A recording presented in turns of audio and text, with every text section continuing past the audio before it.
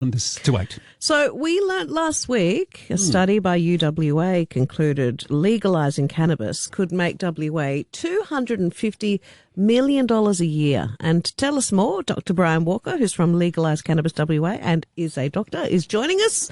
Good morning. Good morning, Doc. Good morning. How are you both? Very good, very well. Now, this is not a joke. This is something that could have so many far-reaching effects, couldn't it, legalising cannabis socially, financially, economically, and, of course, medically? Oh, yeah, hugely. But my whole passion is about wellness, financial, mental, social, and, of course, physical. So this all fits together. It's the government hasn't listened to all the good scientific advice, and maybe they'll listen to the financial advice. You would hope. Yeah. I mean, who turns down $250 million a year? Well, McGowan, apparently. I've always thought, why wouldn't you just take control of it? And, I mean, they love a tax, don't they? So why wouldn't they, here's something on a plate. Well, there's so much more than just the tax money or the savings or the earnings you can get from this. It could transform society. If they take away the worries about THC, we could open up the whole hemp industry, and that is 20 times more valuable than the cannabis industry. Yeah, the benefit for people's health. Hey, Doc, this is the line, as Lisa and I spoke about this last week, the line that says it's estimated Australia, so the whole nation spends roughly $1.1 billion annually in the effort to eradicate cannabis. It's that word, eradicate. Of course, it's still everywhere. It seems ludicrous, doesn't it? Yeah. Well, 11% of the population in WA is a regular user of cannabis. Yeah. Yeah, fair So enough. That's a lot of us. it is a lot. Yeah, it is. Yeah, big percentage of the population. It is. That seems like such a waste of $1 billion. It is almost a year since, as you said, Premier Mark McGowan rejected a proposal to legalise cannabis, saying having freely available cannabis is not our policy. Has anything progressed in the last year since he made that statement? Because things are changing at a fairly decent pace now around the world. Not a thing has changed. He's adamantly opposed. Most of his members actually would support the idea of legalising cannabis, but McGowan and a few of his chosen ones are opposing it. Okay. Hey, Brian, do you feel like sometimes you're bashing your head against a brick wall and you just have to keep soldiering on? Oh, look, we knew that was going to be the problem all along. That's not a problem. We just have to keep dripping away on that stone, and it will change. It isn't inevitable. It must change. The scientific evidence is overwhelming. The financial evidence is overwhelming. Why not? It is. I think I've felt that it's inevitable for a while, so we may as well be first. We may as well get that. I mean, there would be a tourism benefit as well if we were first, wouldn't there? Oh, yes. Well, there's even plans here for a cannabis healing park to be made that people can come there to recover because, the endocannabinoid system that we all have helps to balance the body. And there's a syndrome there of endocannabinoid deficiency. It balances the body, and we can do so many good things for our wellness. Look, Olivia Newton-John was a champion of this. We should follow her example. Yes. Yeah. Well, what do you think, Doctor, is the biggest misconception with regards to if cannabis was legalised?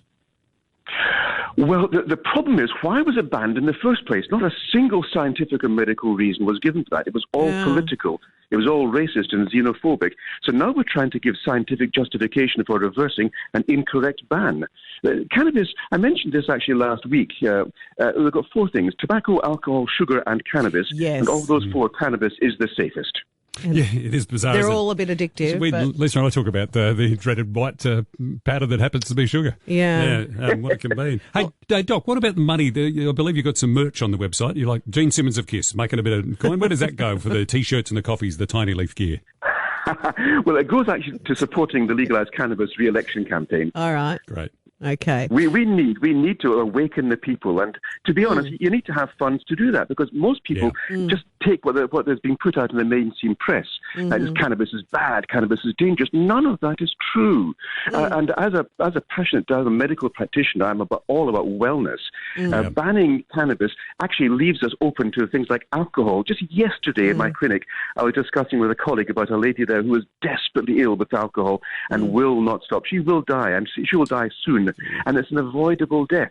We have too much, 6,500 deaths a year in Australia. We must stop. It was always amazed me that alcohol is perhaps the one drug that you just cannot go cold turkey off without the risk of dying. And I think that there are so many things that come along with alcohol that don't come along with cannabis. Oh, well, that 1.25 billion I mentioned, you see, that's just the tip of the iceberg. Yeah. What would happen if we didn't have domestic violence due to Domestic alcohol? violence, fatal car crashes. It goes on and on and on. Now, it's been 2 years since you were elected to Parliament. Did you celebrate with a special cake? Well, we were in Nimbin a few weeks ago. There you go. You get something there. Living the dream, Dr. Walker. Place to go. Well, we met up. We met up with 5 of the MPs. We've got 2 here in WA, 2 in Victoria, 1 in New South Wales.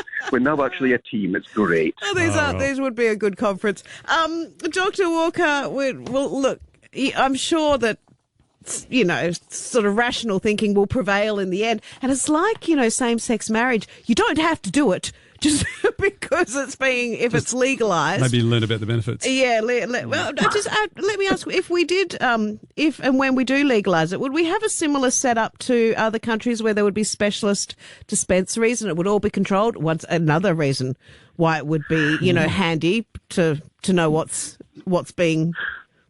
Well, this is the beauty. This is the beauty of legalizing cannabis is you can regulate it. Regulate it, exactly.